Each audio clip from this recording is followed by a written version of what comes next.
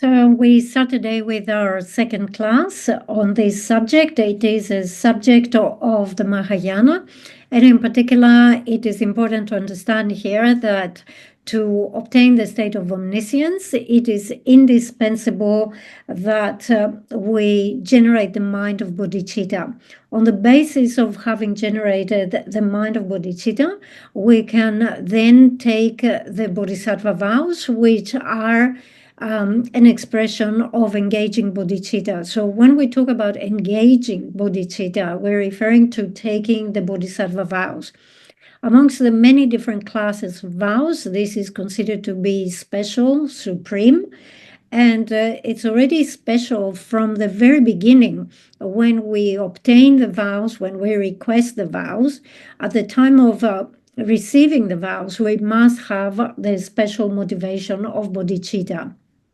So we must have a very broad mind that thinks that I will train in the 6 perfections, I will train in the 4 means for gathering disciples, and I do this not just for my sake, but for the sake of all living beings. So once with this motivation, you request the vows, you receive the vows, you obtain those vows. Once you obtain those vows, which you didn't have before, now you must guard them. You must safeguard them. So safeguard them here, it means that you must protect your vows from anything that goes against the vows, anything that is incompatible or harms the vows. Now, if the person who has received the Bodhisattva vows is a human, and in particular is someone who has obtained the precious human rebirth, we have to recognize that this type of individual who possesses Bodhisattva vows is supreme compared to other type of individuals who might have Bodhisattva vows.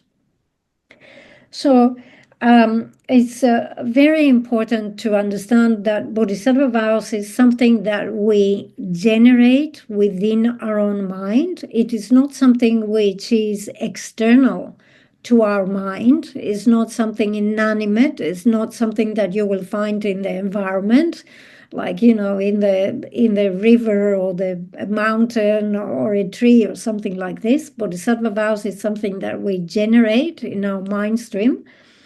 And once we generate them, then, as we say, it's very important to have this attitude that recognizes that this is something very valuable and we want to protect it from anything that might harm it.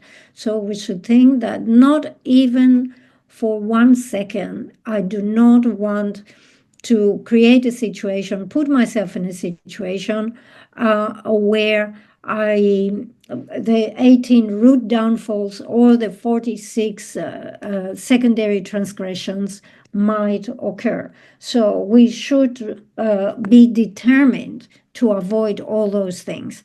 So as we say, with generating uncontrived bodhicitta, that becomes the basis upon which we then take those vows.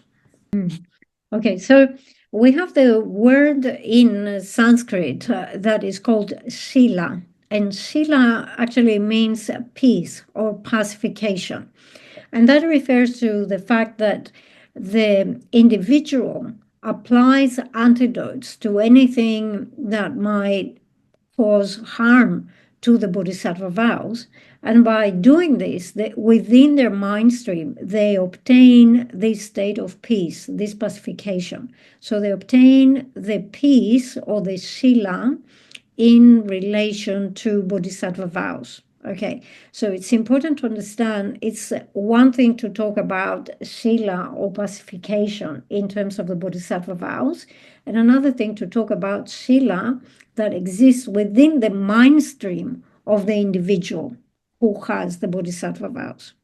So to explain what we mean, that we need to make this distinction. When we talk about the Bodhisattva vows is a form of ethics. It's ethics. Because it's ethics is peace, is pacification, right? Ethics means you pacify things. Okay.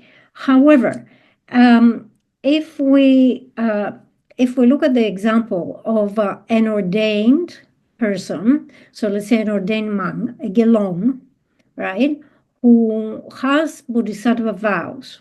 Okay, so the vows of ordination that exist within the mind stream of that ordained monk, they are vows, they are ethics, but they are not the bodhisattva vows. They are the vows that exist within the mind of the bodhisattva, right? So bodhisattva vows and vows that exist in the continuum of someone who has bodhisattva vows is not necessarily the same. In this example, they're different.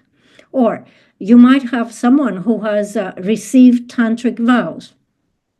These tantric vows are vows that exist in the continuum of someone who has bodhisattva vows, but they are not the bodhisattva vows, they're the tantric vows, right? Or someone who has the ethics of abandoning the 10 non-virtuous actions. So these are vows, this is morality. How they can be vows that exist in the mind stream of a bodhisattva or someone who has the bodhisattva vows, but they are not bodhisattva vows. They are the vows of abandoning the 10 non-virtuous actions. Okay? What are the bodhisattva vows? The bodhisattva vows is the commitment that you make. They say, for the sake of all sentient beings, I will train in the 6 perfections and the 4 means of gathering disciples, and I will safeguard against anything that might harm this training. So this is the bodhisattva vows existing in the mind stream of a bodhisattva. So, Geshe was saying I cannot see everyone who is attending this class, but I am guessing that we do not have many Gelong or Getsul individuals here attending this class. We definitely have none, but we have the majority of people are lay practitioners with the 5 lay vows. And also, most of the people who are attending this class have received the bodhisattva vows many times, and therefore, the majority of the people who participate here are safeguarding, are on alert to keep away the 18 root downfalls and the 46 secondary commitments. Also, most of the people attending here are people who have received tantric initiation, and therefore most of the participants also are aware of the tantric vows in terms of the root vows, the secondary tantric vows. So there should be this awareness that I have these vows that I need to maintain. Yeah, I guess I was commenting that, sometimes when His Holiness is teaching and he's saying, raise your hand, I want to see in the audience who has lay vows. And sometimes you only see just a very few people raising their hand. And then he says, hands up, whoever has bodhisattva vows. And everybody raises their hands. Hands up, who has tantric vows. Everybody raises their hands. So there is this idea that perhaps, I don't know, for some reason, that maybe bodhisattva vows, tantric vows are easier to hold than other vows. Okay, so we talk here about the vows. As we say, the vows are ethics, and in terms of morality, we have different types of morality. We have the morality of stopping negative actions, the morality of training in virtuous actions, the morality of benefiting sentient beings. Right, so the vows fall under the category, under those 3 categories. Okay, so in terms of the vows indicate that we have a mind of restraint. A mind of restraint means that we are very careful not for certain faults or certain behaviors not to occur, and make sure we will not engage in these activities in the future. Now, vows of individual liberation are mostly focused on the physical activities, the negative physical activities of killing, stealing, sexual misconduct, trying to stop those, avoid those, and also negative activities of our speech. So lying, harsh words, divisive speech, and so forth. However, the Bodhisattva vows are vows that mainly are preoccupied with stopping negativity in relation to the mind. So the Bodhisattva vows are not so much about physical or verbal activities. They're trying to shape or restrain the activities of the mind. Another thing to keep in mind about the vows is that we receive the vows from in front of different beings, right? So what do we mean by this? So vows of individual liberation, we receive them in the presence of, let's say, ordained monks. And depending on the level of ordination, it could be from 4 fully ordained monks up to 10 ordained monks and so forth. If you're receiving Bodhisattva vows, you receive the Bodhisattva vows in the presence of Buddhas and Bodhisattvas. If you receive Tantric vows, you receive the Tantric vows in the presence of the deities of the mandala. And this is significant because after you receive the vows, if a downfall or a transgression occurs, you have the opportunity to confess, but you must confess to a basis that is the basis from which you received the vows. So, for example, if you have taken tantric vows and broken your tantric vows, you do not confess your broken tantric vows in the presence of 4 ordained monks. No, you receive those vows in the presence of the mandala deity. Therefore, you have to confess and purify your vows in the presence of the mandala deity. If you break your bodhisattva vows, you don't go and confess to the mandala deity. You have to confess in the presence of Buddhas and Bodhisattvas, right? So from whoever you receive the vows, this will be the object who will later perhaps receive your confession if something went wrong. So just be clear about the vows. They're not all the same.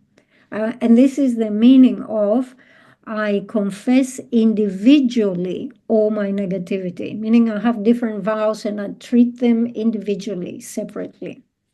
So when we talk about the Bodhisattva vows and we say what might go wrong with the Bodhisattva vows, we mention the 18 root downfalls and the 46 secondary transgressions. So already that terminology should give you an idea that the root downfall is something which is more serious.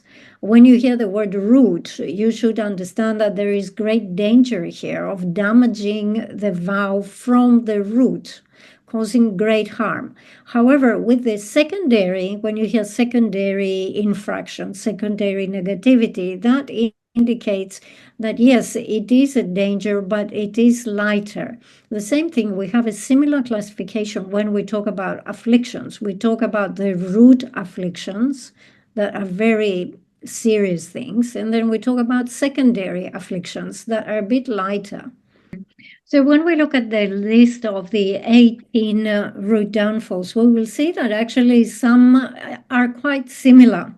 Although the activity they describe might be similar, there is difference in terms of the motivation with which the activity is carried out. So to give you an example, you could have 2 kids that go to school or they follow their education.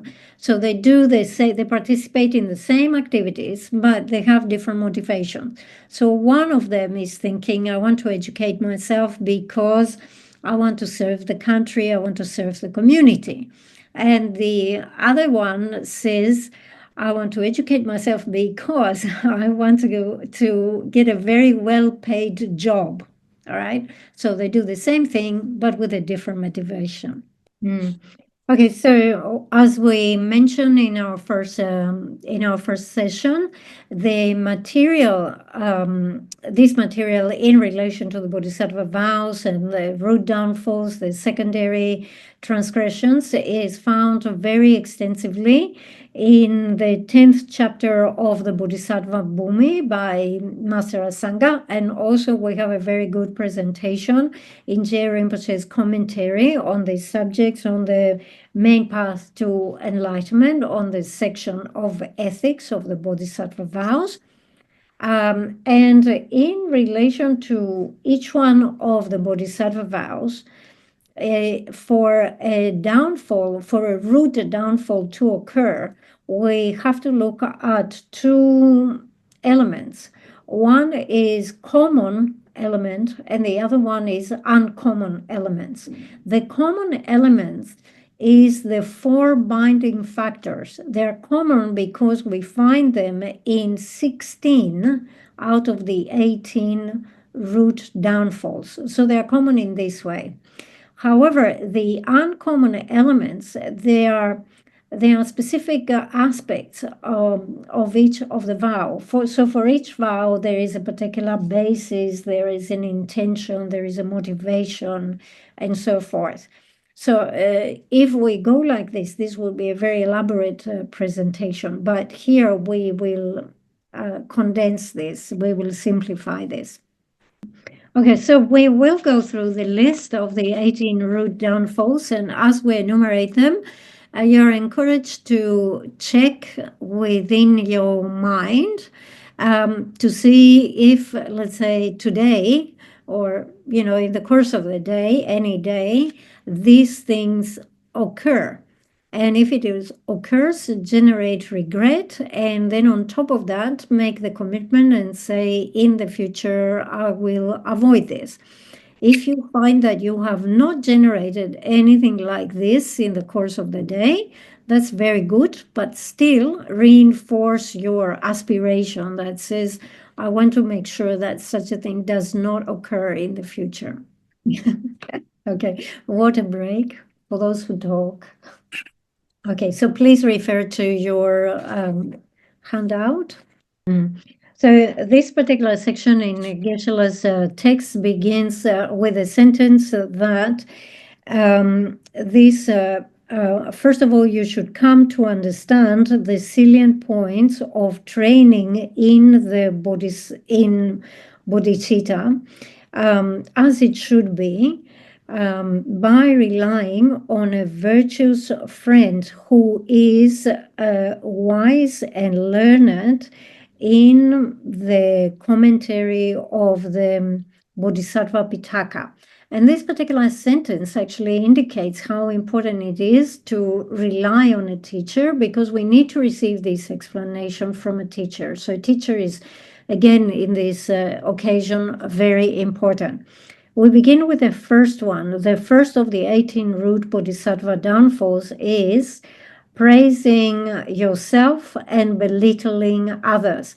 And this is something that is very common in society. There is the tendency, everyone is trying to push oneself up, always describing oneself as having qualities and special features above everybody else. So in this case, you are praising yourself, and at the same time, you could be undermining, bad-mouthing, finding faults in others. The main motivation for engaging in this behavior is out of attachment for gain and honor, because obviously if you present yourself as being very talented, very capable and so forth, you think that other people will treat you with respect and probably will give you more gifts or money. Maybe you have a better remuneration and so forth. So in this one, although within the list of 18, we count it as one, in reality, there are two downfalls here. One is praising oneself, and the other one is belittling others. Okay, so for this downfall to occur, certain conditions must be in place. So first of all, as we say, there is a particular motivation. The reason why you're praising yourself and belittling others is because you have attachment to gain and honor. Secondly, you must express these words, and these words must be heard by others. The meaning of what you say must be understood by others, and that other person must be human, right? So if you're doing this in relation to a deity, a god, a worldly god, deity, or whatever, it's not a downfall. So it's in relation to a human. Because if in your mind you have bodhicitta and the other person is misbehaving, and you point out the wrong behavior and you say, look, what you're doing is not correct. You should stop doing this. This is not breaking your bodhisattva vows. You're just trying to correct the behavior of the other person. We come to the second one, to those in distress who lack protector. So it's referring to those who are in distress. Maybe they are sick, they are homeless, they do not have any material resources, impoverished people. So to those in distress or those who lack a protector, they have no one to help them, out of miserliness, so this indicates a motivation, not giving wealth or dharma whilst you have the ability to give those things, right? So if you are someone who has the bodhisattva vows and someone approaches you, someone who is deprived of any material possessions and says, please, can you help me? If you have the financial means, if you have the capacity, and out of stinginess you don't give, then the second of those 18 downfalls will happen, will occur. Similarly, if you are someone who has bodhisattva vows and someone approaches you with a sincere request and says, please give us Dharma teachings, and again, out of miserliness, you decide you're not going to bother giving any teachings, this is when you break the vow. So this, again, as you can see, we have to be very specific when we describe the circumstances, when the breaking of the vow occurs or not, when the downfall occurs or not. Because when you give Dharma teachings, you always have to examine. Now, are these people interested in the Dharma? They want to receive these teachings only for the sake of this life, for some material gain. Why do they want to receive these teachings? And is this teaching going to benefit them? And if you examine and you find that it is actually inappropriate, I can't give the teachings, they are asking for the teaching, but it is inappropriate. So if you refuse, it is not a downfall. So it depends on the circumstances. So with relation to the second one, we can see that again we have two. One is not giving wealth, and the other one is not giving the Dharma. But again, we count it as one. And in this one, not giving Dharma, we understand that it is important because giving Dharma is an act of generosity. We have generosity of material things, so fearlessness and Dharma. Okay, the third one, not listening to others, although they apologize, and out of anger, striking others. Okay, so this is the scenario where someone has criticized or done something really bad to the bodhisattva. The person with the bodhisattva vows has to always practice patience in a situation like this. So anyway, this occurs, and then later on, the person comes and approaches the bodhisattva, and says, "I wish to apologize for what I did." So in this case, the bodhisattva again, exercising patience, should be open and listen to the apology.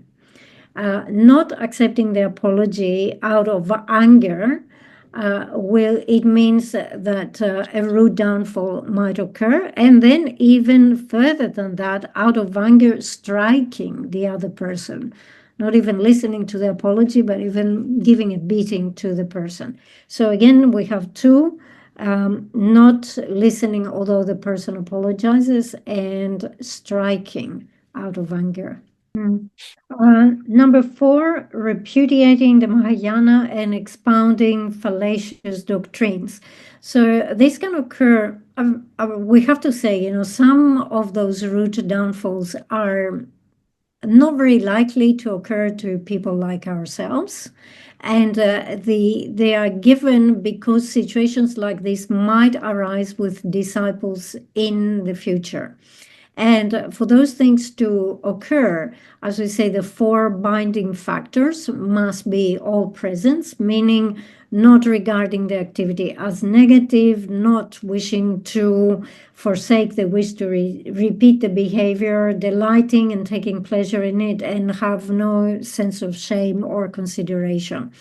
So what is this? So imagine you have someone who has the Bodhisattva vows, and at the same time, this person is abandoning or repudiating the Bodhisattva Pitaka. The Bodhisattva Pitaka is basically the Mahayana vehicle. So you have someone who has taken Bodhisattva vows, and at the same time, they say that teachings on the profound, which is emptiness, and teaching on the extensive, which is, for example, the mind generation, the practice of the 6 perfections, are not the teachings of the Buddha. I don't accept them as the teachings of the Buddha. So this would be abandoning and repudiating the Mahayana. And the other one is expounding fallacious doctrines. So instead of taking interest in the Buddhist Mahayana teachings, you take interest in non-Buddhist teachings or unfounded teachings, fake teachings, and you teach those, you propagate those, you promote those. Okay, so not likely to occur for us. All right. So again, there are 2, abandoning the Mahayana and expounding fallacious doctrines. So the number 5 is taking what belongs to the 3 jewels, or the more extended version of this is taking offerings intended for the 3 jewels. So it could be offerings that someone intends to make to the Buddha or the Buddha statue, offerings intended for the volumes of texts that are offerings towards the Dharma, or offerings towards the stupa, offerings intended for the Sangha jewel, and so forth. And through various means, whether it is obvious theft or whether it is devious ways of redirecting the funds, or removing the offerings, stealing the offerings, and so forth, and then distributing them to other people, either take them for yourself or, give them to your relatives or other people you know. So in this case, again, the root downfall will occur. So here we have to be very clear. What are the conditions under which the downfall happens? For example, today I make some offerings of fruit in front of my altar, and at the end of the day, I take down these offerings, okay? And I will eat this fruit. It's not the case that I commit the downfall. When I take the offerings from the altar, I receive it as a blessing. I see it as a means for developing siddhi. I receive the blessing of the deity, and so forth. And it is my offering. I offer it. I take it down, and I take it down with a particular motivation. However, if that were the offering of another person, so I know that another person wants to make an offering, and I intervene and I take that offering, and instead of allowing the offering to be made to the statue or the text and so forth, I take that offering and redirect it to me, my relatives, other people. This is when the fault might occur. So we have to be very clear. For example, Geshe was saying, in the monastery, usually we have a monk whose job is to be more or less like the Gompa manager. And every day, this person's job is to put up the offerings, then take down the offerings. They're not breaking the Bodhisattva vows every day. this is part of their job. So you have to understand the scenario under which it occurs. So with number 5, again, we have 3 included, taking what belongs to the Buddha jewel, taking what belongs to the Dharma jewel, taking what belongs to the Sangha jewel. So 3 in 1. Okay, the number six, rejecting the secret dharma. Again, it's a case of 3 because you are rejecting, for example, that the hearer teachings were the teachings of the Buddha.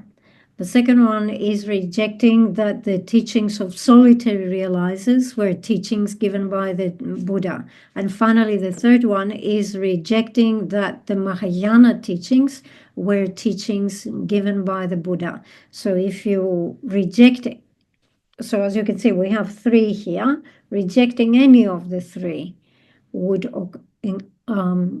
cause a root downfall. Again, it's a type of a road downfall that is difficult to occur for us ordinary people. Usually we would not reject or abandon the Dharma, any aspect of the Dharma. However, we have to be very careful because in society, views like this can become very popular. So sometimes we see that there is favoritism. So let's say, the Gelugpas thing, oh, Gelug are the best. The others are not good. And then the Sakyas or the Kagyus or the Nyingmas equally from their side will say, no, the Sakyas are the best and so forth. Things like this, views like this arise quite often in society, and we have to be very careful. All of those different aspects of Buddhism they're all teachings of the Buddha. They're all followers of valid teachings of the Buddha. So we cannot reject or repudiate or abandon any of those. Number 7. So it says also, with regards to a bhikshu or bhikshuni, even with degraded ethics, confiscating their robes, striking them, having them incarcerated, and making them defrock. Okay, so again, it's something very unlikely for us to engage in these activities. So imagine you possess Bodhisattva vows and you act in a way towards someone who is ordained, whether they keep their ordination vows properly or not. That's irrelevant. It's an ordained person. And what do? You confiscate their robes. The actual Tibetan says you steal their robes. Okay. Second one, you strike them. Third one, you have them incarcerated. You put them into prison or restrain them. And the last one, you make them defrock, meaning they were ordained and now they have become layperson. The motivation for any of these activities should be harmful intent. So if you act in this way, yes, the downfall will occur, but rare for us. So in this we have 2, confiscating the robes, and the second one is making them defrock. Okay, then number 8 is committing the 5 heinous crimes.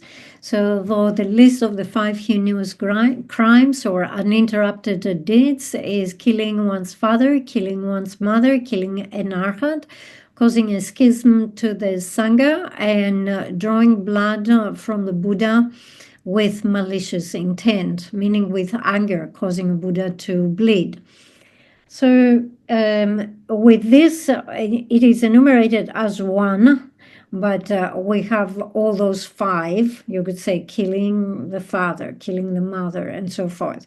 Again, for those things to occur, as it is with the majority of the list of 18, we must have the 4 binding factors. So let's say you killed your father, or you're thinking of killing your father, and you consider the act, and you don't consider this to be a negative action, right? So this is one of the binding factors. On top of this, you do not have any sense of restraining of this activity in the future. right? So no sense of restraint. And then let's say you killed the father or the mother or whatever, any of those five. And again, you did it and you have a sense of rejoicing for your accomplishment. That's a third of the binding factors. And the fourth one is not having any sense of shame or consideration. Like here I am in the presence of all the Buddhas and the Bodhisattvas. I have taken the Bodhisattva vows, but a person like me with Bodhisattva vows, I'm going around killing my father, killing my mother, killing an arhat, and so on and so forth. I don't see anything wrong with this. So there should be a sense of shame. Like, how could someone like me engage in activities like this? And also, on the basis of others, there should be consideration. It's like, what would other things when bodhisattvas go around and engage in activities like this? So, by considering those things, you should have a restraint and avoid these activities. So we mentioned that engaging in those five actions, they are described as heinous, but sometimes in English they're translated as heinous. The direct translation is uninterrupted actions. Uninterrupted actions means that if you commit any of these activities, you will immediately be reborn in the hells, meaning there will not be many lifetimes between the life in which you committed the action and taking rebirth in the hells. So you finish with this life, your next life immediately will be rebirth in the hells. Some people explain the term uninterrupted as you will go directly from this life to the hell rebirth without establishing the bardo. But this is not true. The bardo is always established before any other type of rebirth. Immediate actions of immediate retribution means immediately after this life, you will fall in the hells. Okay, so how many of those are we likely to do? Killing our father and killing our mother, for most of us, it's difficult. We wouldn't be doing it. However, it occurs in society. There are cases of people killing their parents. The second one, killing an arhat, it will be very difficult because we don't meet the Buddha. So if you don't meet the Buddha, you will not kill the Buddha. The next one, causing a schism in the Sangha, it is explained that this can only occur at the time where the Buddha is present and there is a big gathering of the direct followers of the Buddha. And then you cause a schism in that particular group. So again, this is not something that can occur at our time because the Buddha is not here. And the last one, with malicious intent, drawing blood from the Buddha. Again, because we don't meet the Buddha, we will not cause the Buddha to bleed. However, something similar to this might happen because you could have a statue of the Buddha that represents the body of the Buddha, whatever material, whether it is made out of clay or gold, silver, metal, whatever it's made of, and you destroy, out of anger, you destroy the statue. So if, let's say, you break a clay statue of the Buddha, it is not exactly it's not the downfall of extracting blood from the Buddha, but it becomes a secondary negativity. It is a very serious act to destroy a statue of the Buddha. We come to number 9, which is holding false views or wrong views. Wrong views here refers to completely negating the existence of past and future lives or the law of cause and effect and so forth. For us that were educated in Buddhism, this is not something that is likely to occur. However, there are many non-Buddhist schools, especially traditionally, historically in India. There were schools like this who would say completely deny the existence of past and future lives. They talked about the relationship between the body and the mind as being the support and the supported. The body was the support, and they say it is like a wall, and you have a drawing, you have some graffiti on the wall. When you destroy the wall, whatever is dependent or relies on the wall, which is the drawing of the wall, is also destroyed. So they say when the body is destroyed, the mind that depends upon the body is also totally destroyed. And therefore, they say there is no past or future lives. Okay, so that was one particular view that was present in ancient India. These days also it's interesting to look at the position of various scientists when there is dialogue, and always the issue of reincarnation comes up. Some of them do not deny the existence of past and future lives, but say, I do not know. I cannot say with certainty it exists or it does not exist. Some say we have not found definite proof of this, and so forth. So there are different positions on that. Now, number 9, holding wrong views, is wrong views that belong to the 10 non-virtuous actions. So this is the type of wrong views. Otherwise, there are many different types of wrong views. Number 9 and number 18 in the list are special because if these occur, they do not require the presence of the 4 binding factors for the decline of the Bodhisattva vows. Okay, the next one, number 10, destroying places and so forth. This actually expands into 4, which is destroying a village, destroying a city, destroying a region, and destroying a country. And the one who does the destruction, let's say through war or different other means, must be someone who possesses the Bodhisattva vows, and obviously someone with power and influence. So we're talking here about a king, a general, a minister, who out of affliction will decide to destroy any of these places.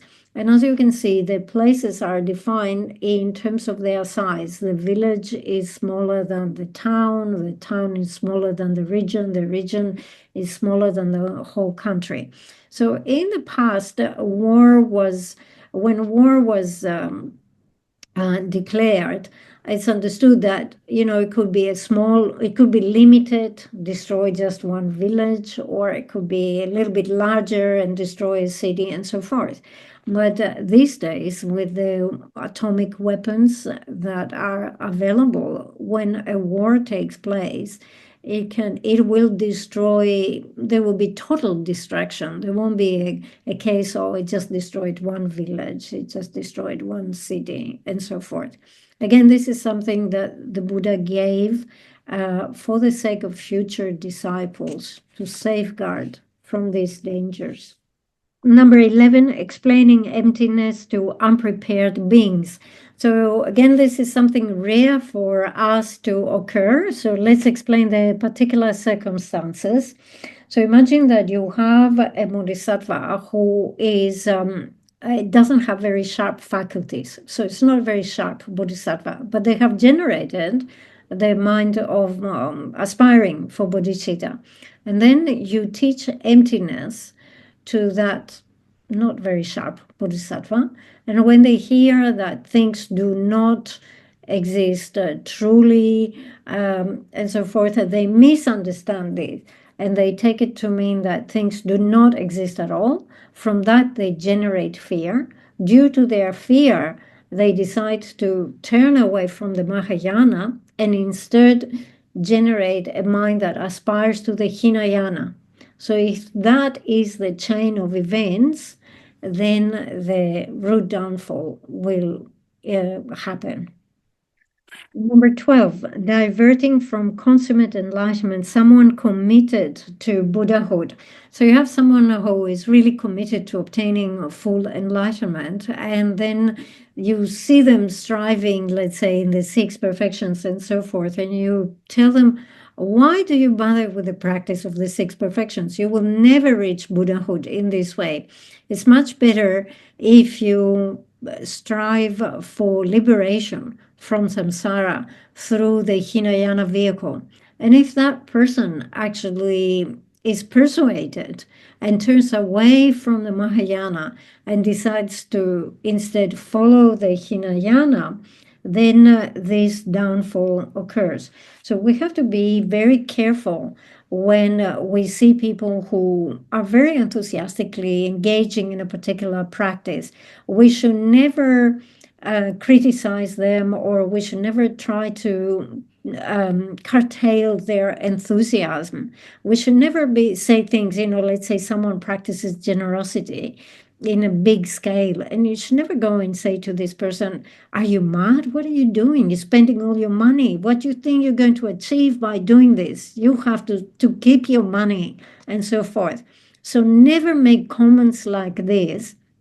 Instead, from your side, just have the aspiration and say, may I also be able to practice generosity in this way? May I be able to practice ethics in the way they practice ethics? May in the future I also be able to do this? I rejoice that they're doing this right now, and so forth. So always rejoice, always encourage, never try to discourage people from engaging in these practices, whatever they practice.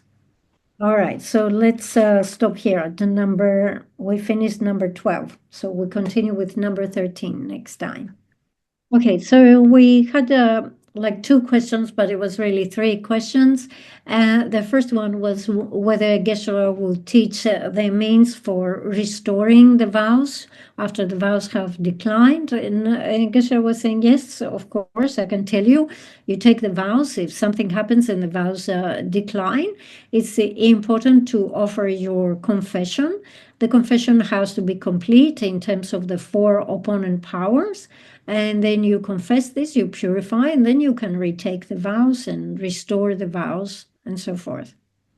The vows of individual liberation are not the same. You cannot restore them at will or easily, right? However, with the Bodhisattva vows, anytime in the presence of Buddhas and Bodhisattvas, like in front of a statue, or imagining that you're in the presence of Buddhas and Bodhisattvas, you can confess and purify and take them again. So the second question was that we take the Bodhisattva vows, but we won't be able to keep them properly. And if we cannot keep them properly, there are all these 18 root downfalls, 46 secondary transgressions. And, it brings a great anxiety knowing that we cannot keep all those properly. So maybe it's best not to take them in the first place. And Geshe was saying, well, it's completely your choice to take them or not take them. But what you have to consider is that you have obtained the precious human rebirth. And it is having this type of rebirth, it is an incredibly fortunate opportunity for taking vows. And in terms, let's say, of the 18 root downfalls, even if you cannot properly keep all of them, avoid all of them, even to safeguard against one of them will create incredible merit for yourself. So however much you can keep out of those, these create great great merit. So by taking the Bodhisattva vows, there is only benefit. If you do not take the Bodhisattva vows, you just lose. You lose great opportunity. Actually, there are many stories like this in the past of practitioners who said, I know I am going to be reborn in the hell, but I am going to request and receive that tantric initiation because I'm going to the hells anyway, so I might as well go there with my tantric vows, because due to the imprints of those vows, when I come out of hell, I will much quicker, again, obtain a precious human rebirth, much quicker reach this state of enlightenment. So it's best to go, we're going there anyway, but it's best to go with the vows, the imprints of the vows.